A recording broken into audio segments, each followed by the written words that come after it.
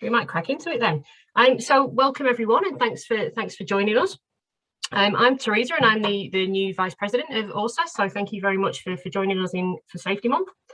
I would just like to start by obviously acknowledging the traditional custodians of the lands on which we each join this webinar today.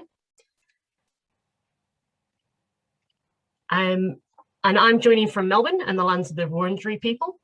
And I also think it's important to note that country wasn't just a physical space. It provided everything that people needed in that time as well. So it provided the food, the water, the medicine, and the shelter. So an interesting memory for us all, I think there. So I recognise the traditional heritage of the country on which we all live, work, and meet, and I'd like to pay my respects to our elders, past, present, and future. Cool. So I'll just start with a little bit of housekeeping as well. So obviously you're all joining on mute, so thank you very much for that. So what we're going to do is I'll introduce you to our speakers shortly, but our speakers will take us through about 40 to 50 minutes of content.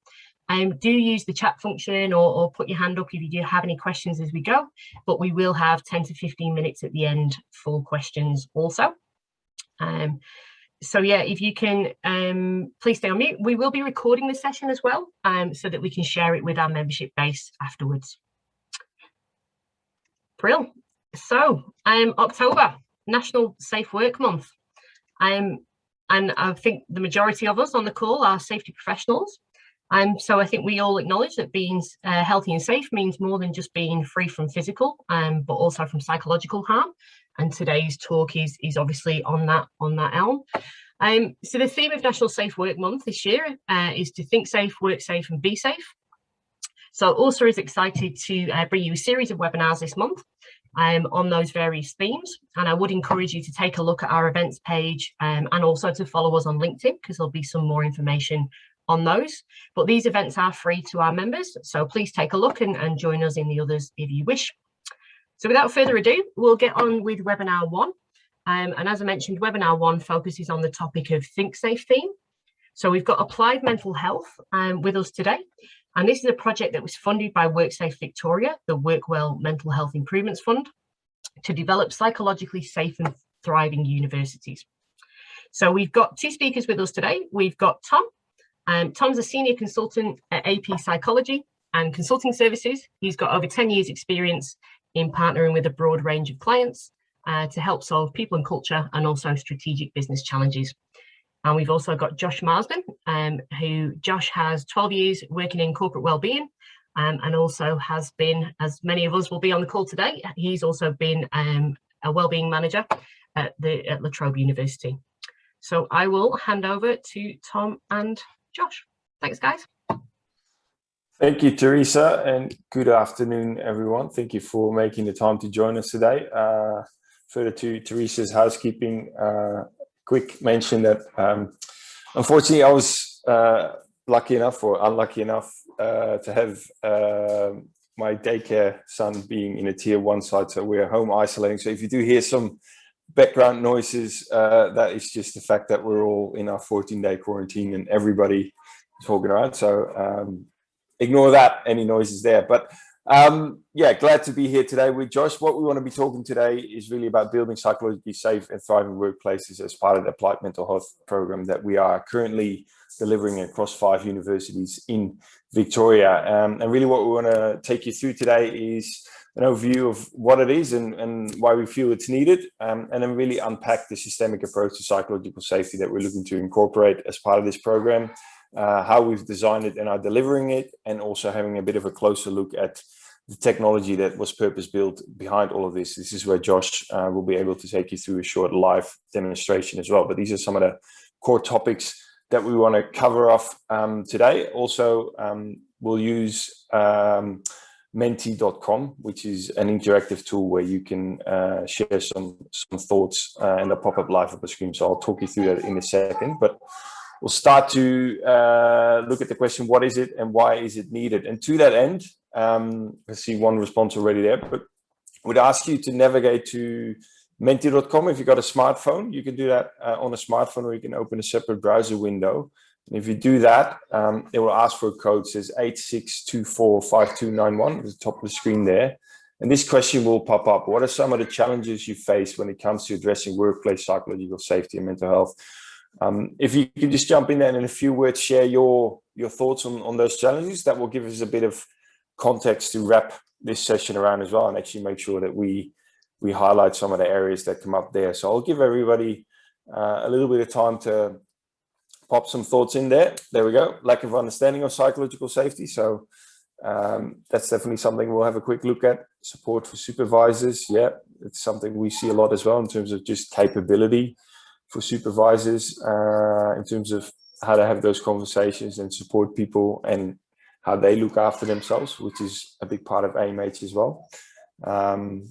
Yeah, changing work environment is something that we see coming up a lot, and particularly obviously in the last 18 months, it's been basically a roller coaster ride of change, which has significant impacts as well on the mental health and well-being of people in organizations.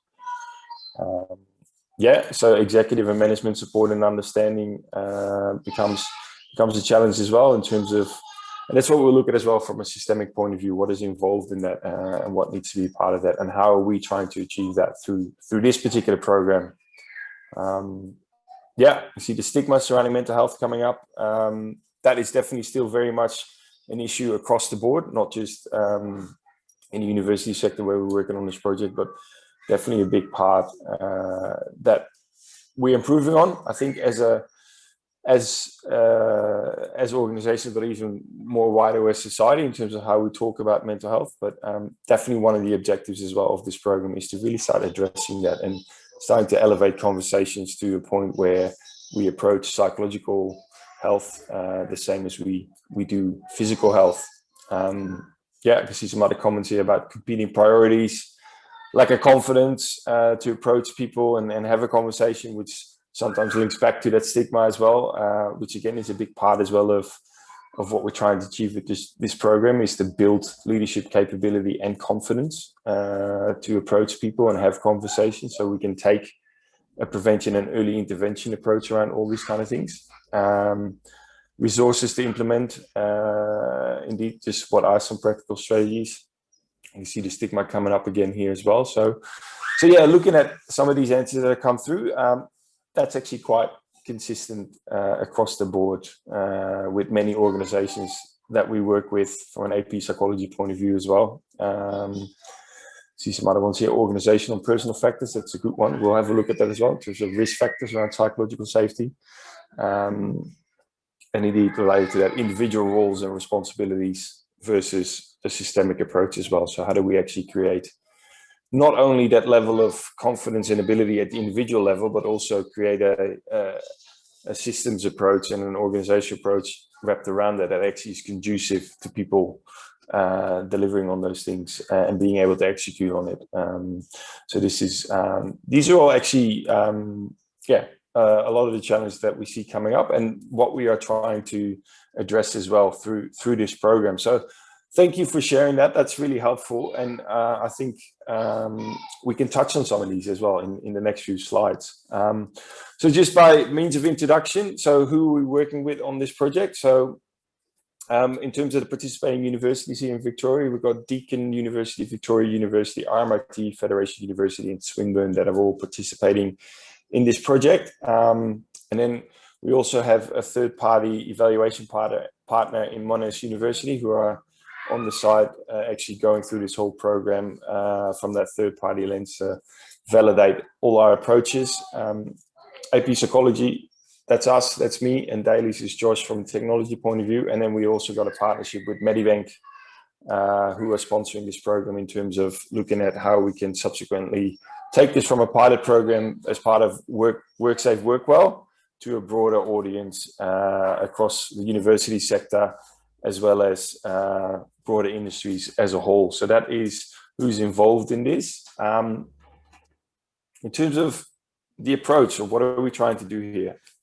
So when we talk about applied mental health, we're talking about an evidence-based systemic approach to workplace psychological safety that is designed to enable and empower organizations, leaders, and their workforces in implementing sustainable change directly into the work environment. So linking it back to some of the comments I saw coming through already just then, it's really starting to look at individual level, individual contributors, people leaders and their influence and how they can create psychologically safe teams, but also from the systemic organizational lens. What do we need to start looking at as organizations, and what do we need to focus on to create this environment?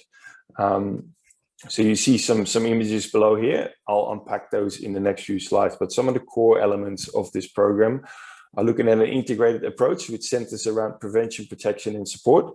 So that is the concept of really having a focus on prevention and early intervention around mental health, psychological safety, so we can start to support good mental health as opposed to react when somebody is in a poor mental health situation or when there are issues arising already. In terms of the risk factors, we'll have a good look at this. So this is where I saw that coming up in the comments as well about individual risk factors and work-related risk factors. So that's a big part of this program as well, which we've actually gone out to those universities and have assessed a risk profile.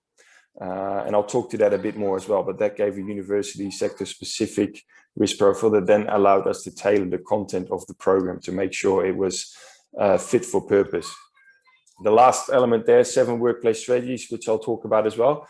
Those are evidence-based workplace strategies that start to look at how we can address these risk factors based on a risk profile that we have, and how we can start taking a systemic approach to workplace psychological safety ongoingly. So those are the 3 key concepts that we'll be talking through today. Just briefly, in terms of, in addition to why this is needed, hopefully as professionals, you all are all across some of these numbers, but it's always helpful to sort of paint that picture. We know that 1 in 5 Australians will experience a mental health condition each year. That's diagnosed. So that doesn't talk about people that haven't been diagnosed, but are just struggling with mental health. And the key thing I want to call out here straight away as well is that one of the core focuses of our program is not so much on the 1 in 5, as much as we want to support recovery there as well. But it really anchors around the concept is that 5 out of 5 people have got mental health. Therefore, all of us need to protect our mental health and well-being ongoingly, not just look at it when we're in that 1 in 5 category or start to struggle. So this is why we take that preventative approach around all of this.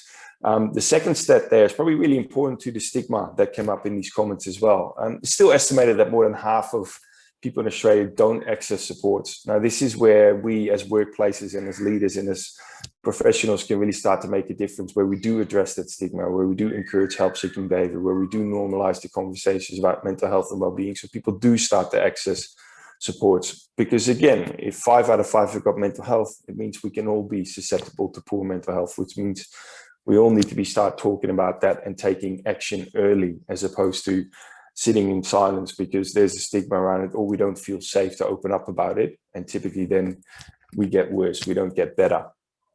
Some of the other stats that we often talk to is 9 out of 10 Australians believing it is important. It's just that half of us don't necessarily believe that we're in a psychologically safe or mentally healthy workplace. So the awareness is definitely there. And some of the silver linings of COVID are definitely that we're all a bit more in tune to what it might be like to feel stressed, have feelings of depression and anxiety, and how that impacts our ability to function. But it's really making the transition to that awareness to an actual experience in the day-to-day work experience. And that's what we're working on, because we can also see 2 in 5 Australians report leaving workplaces because of poor mental health environment.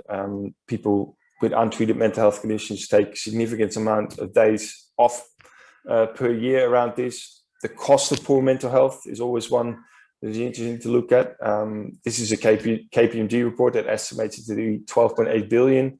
The interesting part for us in this one, and for me always, is around the 9.9 billion. So the vast majority is related to presenteeism. So there's that concept of people physically still being present, but they're not being productive, they're not contributing, they're not being their usual self. And that's a big part of psychological safety and mental health. Again, the silver lining is that these people are still in the workplace, so they're still within our reach. And this is where our program as well is really focused on that as well. What can we do as leaders and as organizations proactively to engage with those people, to understand what might be going on and how we can support them to come back to full productivity and feeling like full contributors to the organization and function in their roles. And I think the timing of this program, and one of the reasons why we feel universities have stuck with us on this journey, even though it's very challenging at the moment, is obviously through COVID, mental health, psychological safety is front of mind for a lot of people. And we've seen with 38% increase in contacts to organizations like Beyond Blue, it is really omnipresent at the moment. And as we said, we can all relate to how it impacts us and working from home and the hybrid workplace. There's a lot going on there. So I think for us, for Josh and myself, that's been one of the saving graces where this project has been managed to stay on the radar for all the universities, is because it is so timely and much needed at the moment. So that's just a bit of context from a data point of view as to why obviously this is an important conversation. I just want to talk a bit more about that systemic approach now that we take, and by doing so by defining what we define as psychologically safe and thriving workplaces. So effectively, they're workplaces that move beyond awareness of mental health and simply adhering to work health and safety laws, but really start taking a proactive approach. So take a systemic and integrated approach to supporting psychological health and safety positively through prevention, protection, and support. Really looking at what can we do to create a safe environment. We want to create thriving work environments where mental health and well-being of all workers are prioritized and cared for. I often use a quick physical analogy here where you can think about work sites where, say there's a construction site with loud noises, the employer might give its employees earplugs to protect their hearing. That's great. But what we also want to do from a systemic point of view is actually to look at the source of the noise and see if we can reduce that. So we're not solely relying on people wearing earplugs to protect the hearing, but we're creating a safer environment. Now, for psychological safety and a systemic approach, that is no different. We want to start looking at the risk factors and how we can address them, as well as how can we create protective factors if we can't address risk factors. And obviously, all of you probably are aware of this as well, but quite recently, the ISO standards around this have come out as well, which are very much aligned with that systemic approach around addressing risk factors and taking a preventative approach about psychological safety. So to that point, just a little bit more about the risk factors and how this feeds into the program. So when we talk about workplace psychological risk factors, we distinguish between work-related and personal risk factors. So on the right-hand side, those bubbles, individual and homework conflict, they represent those personal risk factors. So these things you can think about here, obviously, lifestyle factors, mental health history, early life event, personality, genetics, conflicting work-life demands, significant life events, all these things that make our individual journey individual and can impact on our mental health and well-being around this. Now, we touch on this because as a workplace, there's not so much we can directly do to influence this, but this is where it's really important to build leadership capability and organizational resources to support people that go through it, so we can best support people in navigating through that, whatever goes on in their personal sphere. So that's one part of it. The other part of it, on the work-related side of things, that's where we start to look at, as a workplace, what are some of the things that we need to reflect on from a risk factor model point of view. So this really starts to look at things like job design. So what are the job characteristics, demand control, resources and engagement, exposure to trauma in the university sector. And this program that we're running at the moment, there's obviously also an example of that is for the academic staff, having to deal with students and all the stresses that come with that at the moment. That becomes part of a job design risk factor. Organizational risk factors sit around psychological safety climate. To what extent is there a stigma? What is the culture around this? Do we feel safe to speak up and speak our mind and have honest conversations? What's the physical environment like? What are processes like organizational justice, change and support look like? Recognition and reward, how are those things delivered on in that context? And then team group dynamics is all about support from colleagues and managers, quality of interpersonal relationships and leadership at that team level, and how that plays out in day-to-day life. And you can probably, if you reflect on this as well, you can start seeing that a lot of these risk factors can potentially also be protective factors, depending on how we deliver on them. And again, part of the focus of our program is to really explain these risk factors to participants, so they can get a bit of a grasp of what workplace psychological safety risk means, and subsequently what is then within their control to start making positive changes to that, to create protective factors or to address some risk factors at the leadership level, at the organizational level, and even at the individual level. So that risk factor model really underpins the content that we position for the participating universities. The next one is workplace strategies, as I briefly touched on as well. So we talk about the what's happening. Those are the risk factors, and that creates a risk factor model. But then there's obviously the question of, okay, what do we now do about this to start applying a systemic approach around this? So 7 workplace strategies, they're in evidence, they're a set of best practice and research informed strategies to create psychologically safe and thriving workplaces. They're all focused on minimizing the impact of the risk factors and creating potential protective factors. And they really are designed as well to create and promote an integrated approach to creating psychologically safe and thriving workplaces, really aligned with that prevention, protection, and support model as well. So what we do as well in the program is take people through all these workplace strategies based on the university risk profile and start to give leaders practical strategies, evidence-based, to start looking at how they can apply that to their reality, to their environment. So they can start doing this directly. And this is where Josh will talk a bit later about the platform that we've developed, because this is where the digital platform comes in, where we've created a digital platform that takes all this content and gives leaders the ability to access this, take what they need for their particular teams and start applying that directly within their teams. But Josh will show a bit more around that.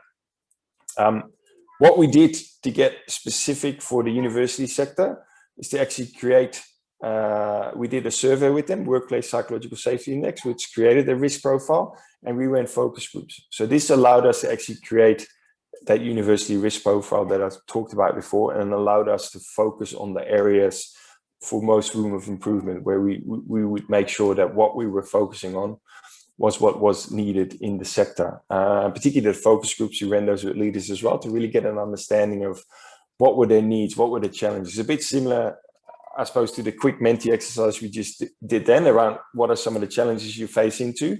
That's what we did in those focus groups as well. And to really understand, okay, what are you struggling with? What are the opportunities here? And combine that with that research around the risk profiles to help us shape the program.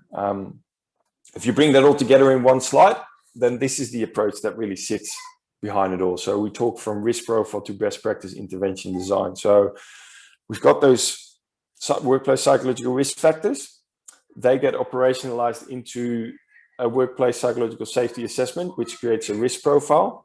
And then based on that risk profile, we can start to align the relevant workplace strategies, start looking at, okay, what are the specific strategies and interventions that the university sector in Victoria needs to start looking at and build capability around to start driving positive change around psychological safety. So that really was the stepped approach to get to that profile, as well as, if you think about this, the whole program was centered around, is centered around these risk profiles and workplace strategies, and how do we tackle this based on the university sector specific profile. So that is in one shot how we've managed to create that. In terms of the objectives specifically that we had for this program, it's all about increased leadership commitment and capability to actively contribute to a systemic approach for creating psychologically safe workplaces, and increase leadership commitment and capability to support and protect the mental health and well-being of their people. So when I say these two things, the first one is really about building their understanding of a systemic approach and how they can contribute to it. The second part is really about, as a leader, direct engaging with my teams. What are some of the things that I can do to support my team and myself around psychological safety and mental health? And going back again to the comments at the start, sort of as an individual and as a leader, what can I do versus how does that link back to an overarching systemic approach? So we all know a little piece in the puzzle and how we contribute to that as a bigger picture. Now, alongside that, a big part of this program was to also engage direct reports. So we really wanted to create leadership capability to drive that message and lead by example, but also empower employees at the front line to have more awareness and understanding of psychological safety and mental health, and have those sort of reflections and conversations themselves, and then being able to have the top-down and bottom-up approach where leaders start to work directly with the team on the platform as well about, for example, building a psychological safety well-being plan, having conversations informed by the focus areas and all the supports that we offer through that. So The objectives in terms of for individual participants, for employees, was about increased workforce awareness of work-related and personal risk factors that impact, and increased workforce commitment and capability to proactively support and protect their own mental health and well-being. So that really starts to look at what can individuals do as well themselves to take that ownership and recognize and build their awareness about their own mental health, where they might sit and what they might need to do, what supports they may need to access, how to have a conversation with the leader around that, and vice versa. And then also where those supports can be accessed. It's a big part as well of what the platform offers, that alongside that training component, it also has all the supports and resources readily available. So it becomes a one-stop shop for people to connect and look at what they may need to best support themselves and their teams. That's sort of the evidence-based approach and the objectives that we're looking to achieve. At this point, I'll hand it over to Josh to start talking a bit more about how we're looking to deliver this across the different verticals, and then into a quick demonstration online as well. Thanks for that, Tom. And yeah, so at a really high level, what we were setting out to achieve when we approached the WorkSafe WorkWell Fund for this project was to find a way to really take theory that's been delivered really well in the seminar format and then ingrain it into the workplace. And to do that, we looked at what was available, and we identified that there was two learning approaches. So the 70-20-10, which most of you are familiar with, where 70% of the way we learn is through job experiences, 20% through informal interactions with others, and then 10% through formal learning. So where we saw the big opportunity was with the interactions with others, knowing that there's so many great experiences and learnings from all of the employees and leaders in particular across the university sector. So we wanted to use the applied mental health approach to take those learnings and really share them across the organization, so that it really becomes bespoke for each organization. I guess this is where we're a little bit different in the essence, that we actually had the benefit and the opportunity to go out and run that workplace psychological safety index, get over 1,000 respondents and focus groups with each of those universities before we actually built out the platform feature set and before we built out the training content itself. So that could be really specific to the university sector and really ingrained into what will ultimately be each individual's workflow as well, which we believe is the big opportunity, as well as to take this training and make it practical application that becomes business as usual. So as Tom's mentioned a few times, we do operate at those three levels. So the executive, OHS, HR are essentially our champions of the program. They're the people that drive and have the greatest ability to influence it getting up off the ground and running it. So to support them, we provide high level information around how the project's going. Each organisation has its own dashboard where you can see the engagement metrics, completion rates of the training certificates, and so forth. But really importantly, we also give the organisations the ability to use the platform to promote and endorse and recognise people that are going really well throughout the program, so that we can get that positive reinforcement throughout the organisation. But then also share other mental health and wellbeing messages from the executive level, from the safety team in there as well, so that we can see that this isn't an external provider coming in to deliver the program. This is an organizational commitment, and AMH is essentially the tool for doing that. And then we look at the people leaders. So the people leaders are the core element of what we're doing right now. And what we've developed is the Applied Mental Health Leadership Program. So that program runs through two phases, where leaders from each of the 5 universities will first complete a half-day training course with Tom, where they'll understand the principles that we've just gone through around a systemic approach, and prepare them for the rest of the training through the digital intervention. Now, what's unique about this is that those 15 to 20 people that you actually go through the training with, you're actually paired up with or grouped with them as your training cohort for the remainder of the program, knowing that if we can bring these people together and they can actually work through activities alongside each other, we're going to get better outcomes. And people that have really great experiences as leaders in psych safety are able to share those to newer leaders, and they're going to benefit off that as well. So the idea is to keep that cohort strong as they move through the program. And then we have another level of support where we also buddy them up in peer groups also, and there'll be specific activities for the peers to do together, and then that'll also be their first point of contact if they want to talk about something in the program, troubleshoot one of the activities as they progress forward. So the AMHL project, it's got four key learning modules, and it's got different activities that we'll go into inside the platform itself. You'll notice that it's socially supported, so through those different levels, knowing that if we can create an environment that people feel safe to share their experiences, then we're going to get a far more rich learning experience than we would just going off educational content itself. And that's supported by the leadership network, where people can go respond to different questions that we've put up around psych safety, mental health and wellbeing, or culture in general. Or if they've got specific questions that they'd like to put up and ask to the group, they can do that in that safe environment as well. I think I've got it on a slide coming up, but we've had over 600 questions and responses inside that leadership network across the 5 universities, which has been really positive response. And ultimately what people are working to do at an individual level, each leader is looking to finish the program and become an applied mental health leader.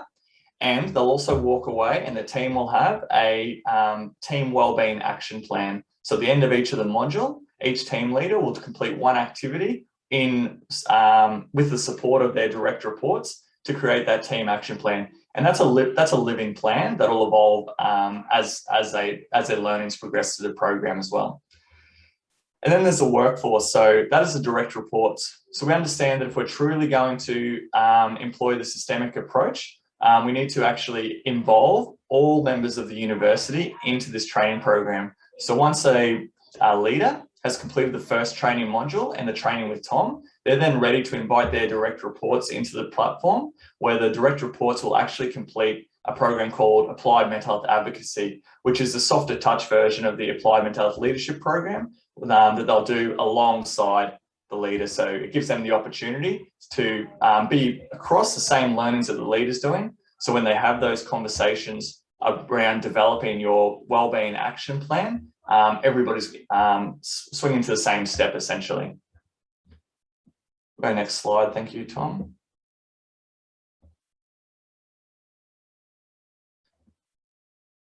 So how does it look in delivery? So what we've experienced and we know works really well is that the better and more visible leadership commitment and support that we get for the program, the better engagement and adherence long-term we get as well. So when we kick off the program with each of the universities, we do launch it with the most senior level in the organisation that we can.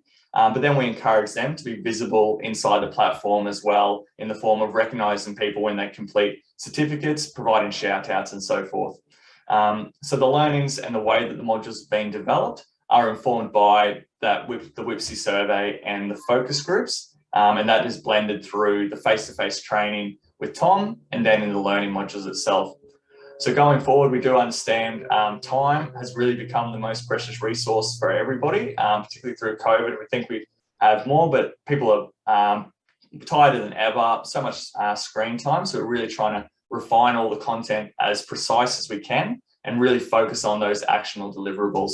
And then ultimately embedding that into long-term behaviour change throughout the organisation, knowing that once people complete the AMHL project, the idea is they don't stop using the platform or the tools. That's their resource for continual improvement. And we'll continually add micro modules on there to continually ingrain those learnings or provide new learnings in that space, knowing that that journey is a continuous one.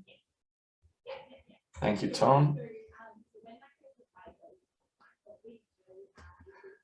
So the learnings throughout the program have been ongoing, and what's been great is that we've had 2 years with this project, so it's given us an opportunity to actually make adjustments in real time as we go through. Now, when we first planned out the Applied Mental Health Leadership Program, it was pre-COVID, so it's already changed a fair bit just to adjust for the digital side of things.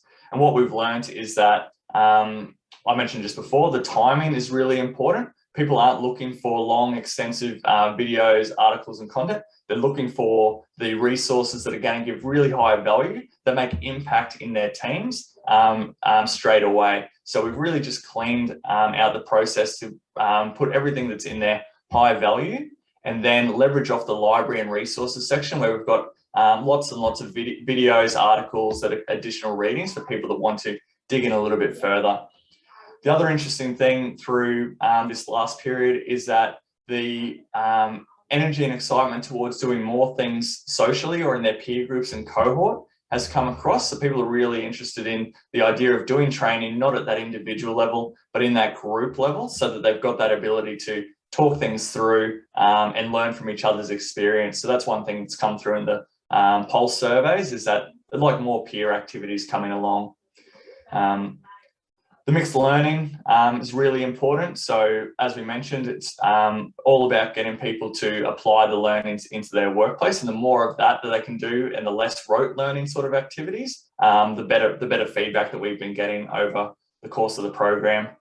And one of the big changes we made is we did really try and keep the timing quite tight for the applied mental leadership training, so that we could move through the project, essentially be done by September. But when we noticed that engagement was dropping off a little bit, we reached out to each of these people and we asked them what if there's anything we can do, is there any blockers? And the overall consensus was the commitment to the program was really high, but also all the other commitments were also up as well, and timing was a hard element. So we actually increased the flexibility so people could come in over an extended period of time.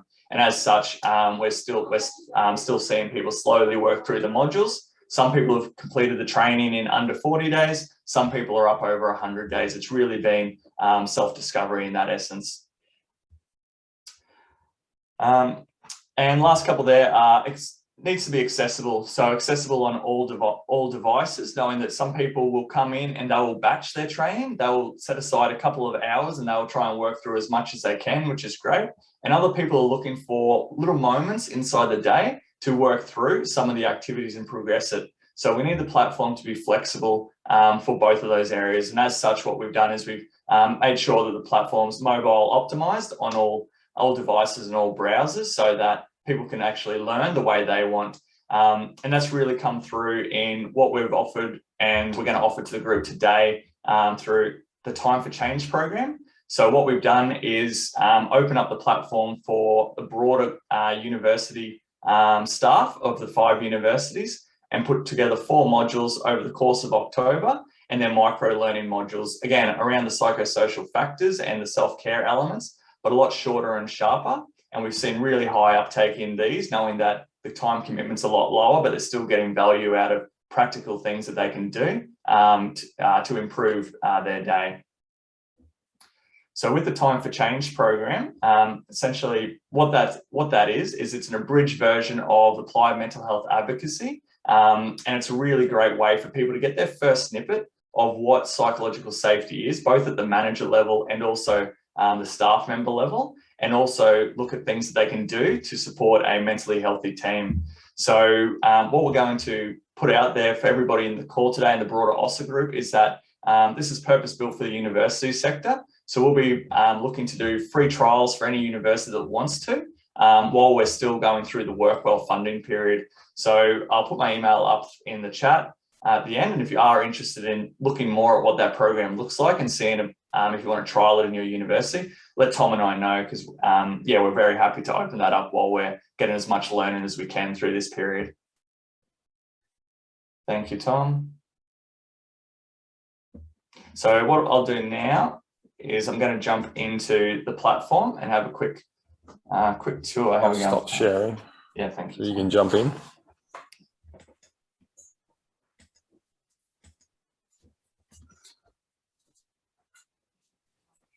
Okay, so we're in the AMH platform as we speak. So when people come into the AMHA platform, the idea is that you'll come in as either a staff member or a manager. If you're a manager, you'll get assigned into the Applied Mental Health Leadership program after you've completed the face-to-face training with Tom. That's what you can see in front of us now. So the 4 modules are a systemic approach to psych safety in the workplace, self-care and resilience, put it on your own oxygen mask first, applying the prevention and intervention strategies, and then finally, we're all in this together, building a team strategy. So that's a goal for each of the team leaders, to build that team action plan for them to then roll out long term. So as we develop further, we'll actually make that a process that gets updated over and over again. And that actually includes the entire team unit. So if you're a staff member coming into the program, you'd actually get invited to the program from your team leader, as we want the team leaders to have that good base knowledge of psych safety as they bring their team in and then they start the AMHA project. Very similar format for that one, where they have 4 modules to work through, but it's less intensive and it's done at that work team level. So their social connection is their peers in that work team, where they'll be asked to talk about different topics and respond to activities onto the feed here. Now, outside of that, we've also got the ability to add a series of badges. So badges are essentially micro modules and also challenges. So challenges are more around that self-care, so that people can come in. Yes, we've got the high level certificates we want people to work towards, but then people can go on self-discovery and identify what elements really jump out to them and they can jump in on. So if we go into the applied mental health leadership training, you can see here that there's 4 modules, there's 48 activities, and the ideal time frame is 4 weeks, so 1 week per module.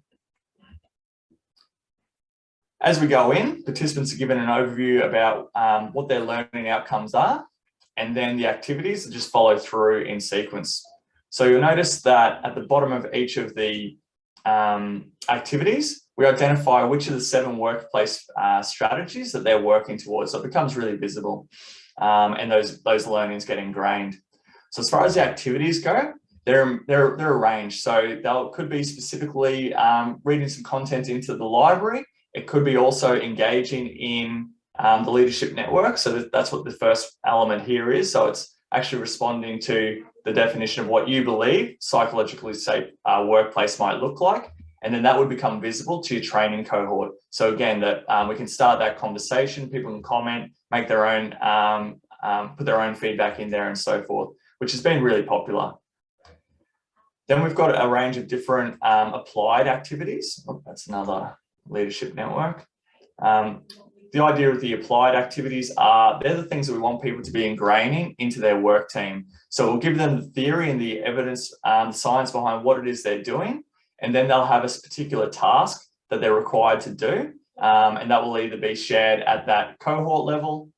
So the whole 15 to 20 people they went through the face-to-face with, their peer group, so it might just be 3 people, or it could be their work team as well. So the very last activity of each of the AMHL certificate is a work team activity, because that's creating those building blocks of that wellbeing action plan that everybody will work towards.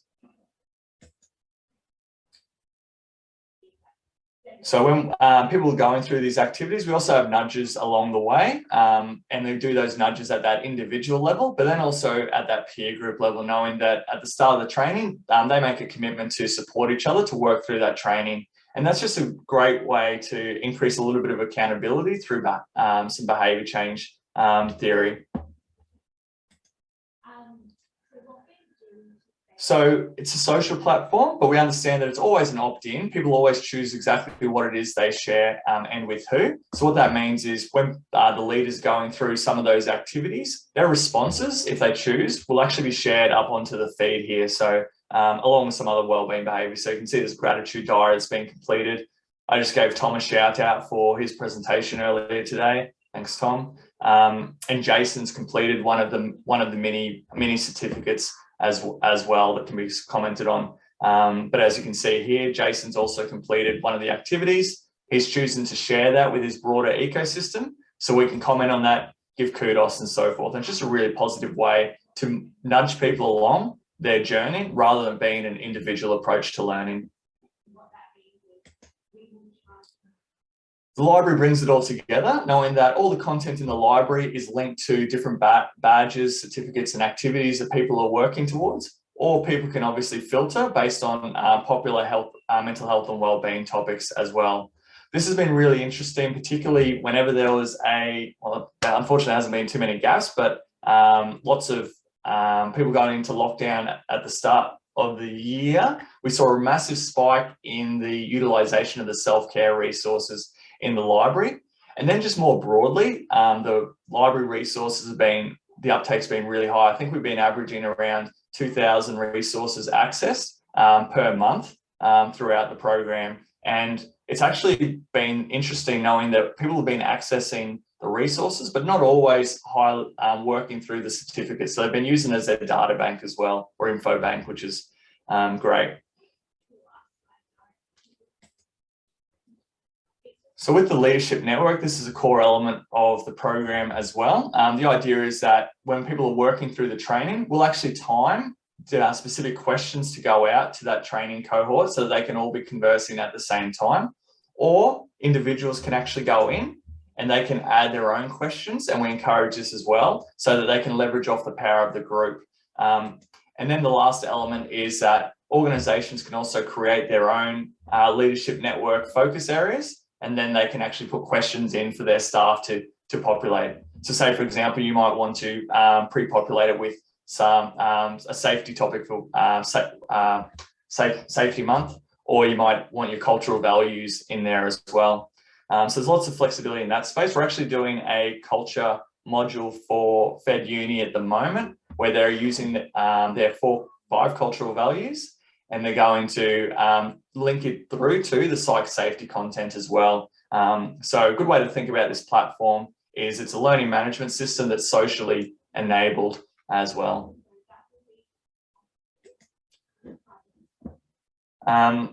We also understand that as people are working through the psych safety mental health content, it's important that they fit their own oxygen mask first, is the language we use throughout. So that's why we've built out the mindfulness, the My Wellbeing section. We've got over 50 mindfulness practices in here, and also a gratitude diary.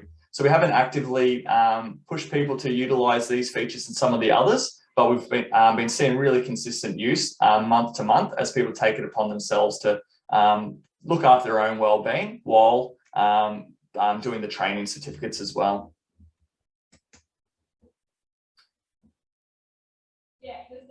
So the achievement section is the what's in it for me moment. So when we go out and promote the AMHL program, the AMHA program, it's really the certificate is the ultimate thing that people are working towards, that acknowledgement that you are becoming a applied mental health leader.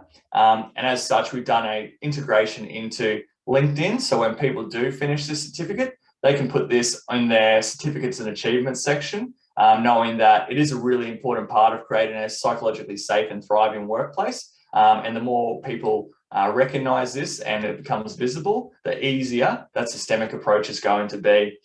And then there's engagement features throughout the rest of the platform as well, knowing that people will engage in a different way as far as accessing the Leadership Network, the library, and so forth. And then a really good value add is the shout outs element, knowing that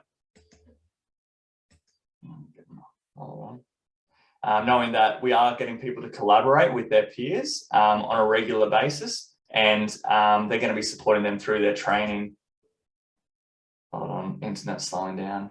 And what that is, we saw one on the activity feed, is that I can give anyone in the organisation that's in the program a shout out for a particular area as well. So we've seen, that's not a good sign. We've seen, again, hundreds and hundreds of these come through, and we push them as well at different areas.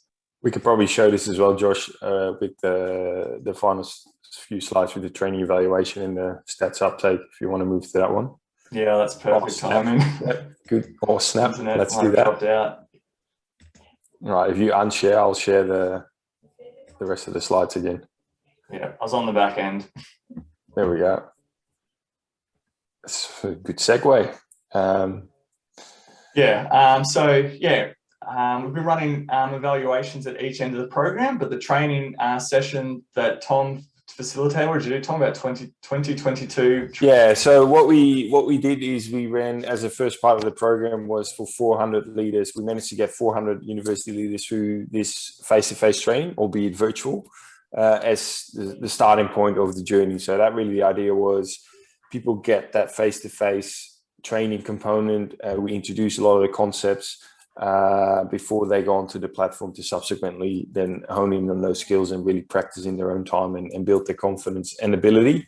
Some of the people that responded around the evaluation, as you can see here by that skew towards the right, they were very likely to recommend, which was really good to get that kind of feedback where leaders, self-reported that they got a lot of value out of that particular training. And I think, Josh, you can talk to this next slide. What we start to see as well, further to what Josh already was talking about, is that actually the usage on the platform is, particularly considering all the other challenges that are going on at the moment in the university sector. We can see some really good uptake on that platform, but I'll let Josh talk to some more of those numbers. Thanks, Tom. I'll just be mindful of time as well. But what we know is that we're getting really high utilization inside the platform for the educational content in particular.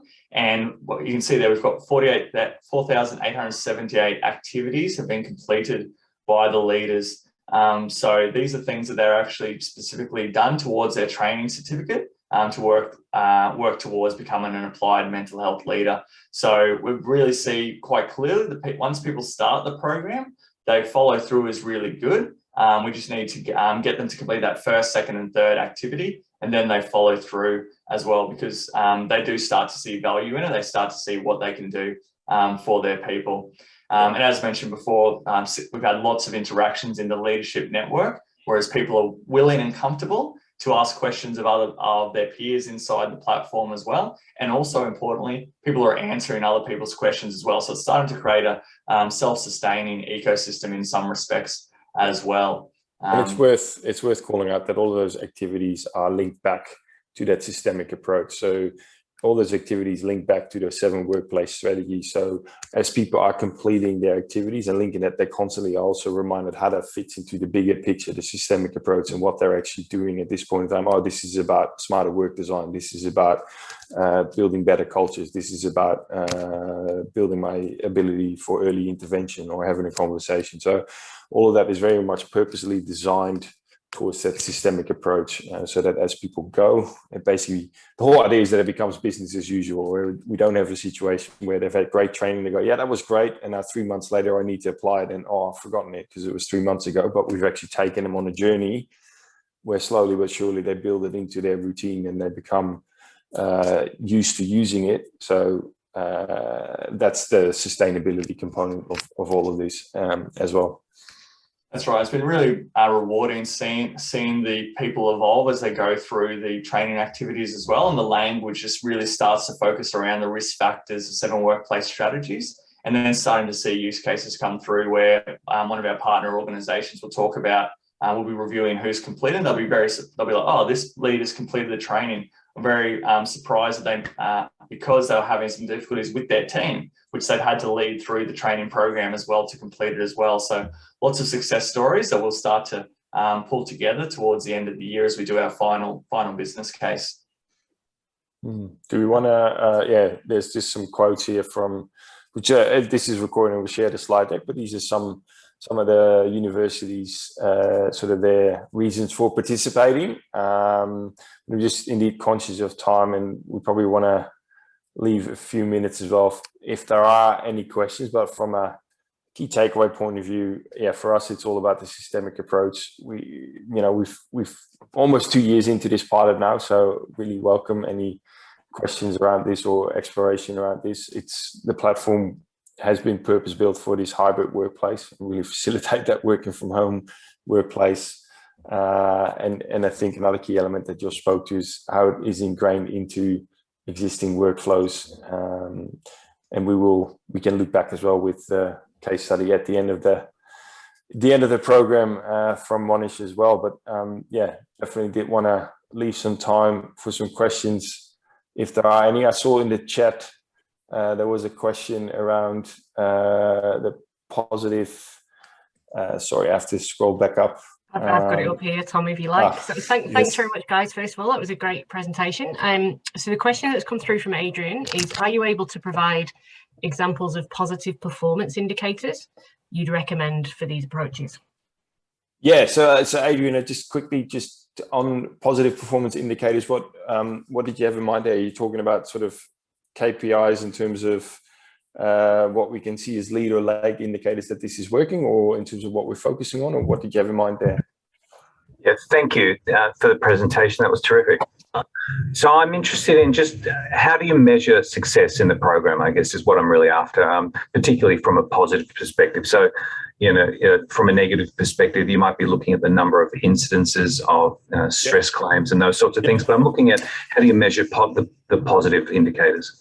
Yeah, great question. Yeah, so definitely even during the whole program, we continually get participants to self-evaluate as well. So, for example, that quick training evaluation piece that we showed, that was sort of a net promoter score. But in that as well, we look at we get people to rate themselves in terms of what their levels of confidence and capability was before joining the session and after, just to sort of see that direct change in confidence and behavior. But this is where our evaluation partner plays a big part as well. So through MUARC, they've actually purpose-built an evaluation tool for this program, where at the start of the program, all participants have been asked to have a pre-program evaluation. And as they are completing, we have a post-evaluation, so we can actually start to see pre and post where have we been able to shift the dials, what are some of the outcomes we've achieved, what are some of the unexpected outcomes, what are some of the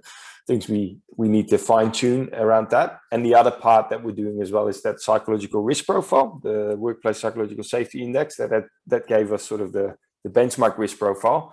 So we want to go back as well at the end of the program to do that again as well and see if we've seen any shifts along those risk factor performances. So that's within the program. And then obviously, if you think about applications like this longer term, you want to start linking it back to some of those key performance indicators around presenteeism, absenteeism, turnover, claims, etc., where you can start to see, hey, as we are starting to shifting the dial in psychological safety and mental health, do we also start to shift the dial the other way in all of those metrics?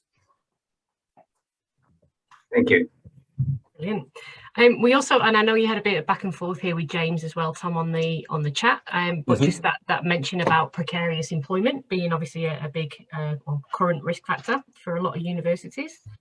Did you want to expand on that a little? Yeah, so I mean, that is obviously a recurring challenge across the board, and particularly in the university sector. And what we find in this as well, and this is where that risk factor approach comes in as well, again, where it's all about identifying the risk factors and looking within that, what is within our control as an organization, as a leader, and as an individual, and unpacking it that way. And sometimes it is also about a leadership and organization ability to work through that, acknowledging those issues, giving people time to process that, and then from there look at the things that are within their control and what are some of the protective factors that we can look at incorporating. So this is where if we think about things like workload and work design, what are some within that? What are some of the autonomy we can give to people in terms of how they manage their workload or their working hours, or what are some of the supports that are available that they can access to talk through the challenges that they face. But there is an element there where some of these risks, they're just there. I wish I could put a hand in my pocket and grab a silver bullet and go, this is how you do it. But the reality is that's what we're facing into. So within that, what is within our control, and what can we, how can we focus on those things? How can we create some protective factors, and how can we build individual and team resilience around these things as we navigate through these changes and risks? That will always remain a challenge in that current environment, where it is about how can we best respond to that rather than eliminate the risk, because we can't. That plays in nicely to your noise analogy in the hierarchy of control. We might not be able to engineer it out, but we can certainly provide that PPE and that training and that resilience at the individual level. Least preferred, but at least protection. Yeah, no. Sorry, I was just going to say there may be some people that need to drop off. We can hang around for another 5 or 10 minutes or so, but I'll probably just formally close here, and we can stick around if you want to. But Tom and Josh, a massive thank you from ORSA and from all the attendees. That was a really informative session. The session was recorded, so we'll be sharing that with everyone who's attended today and with the membership. But yeah, massive thank you to you guys for being the first cab off the rank in Safety Month as well. Really, really great.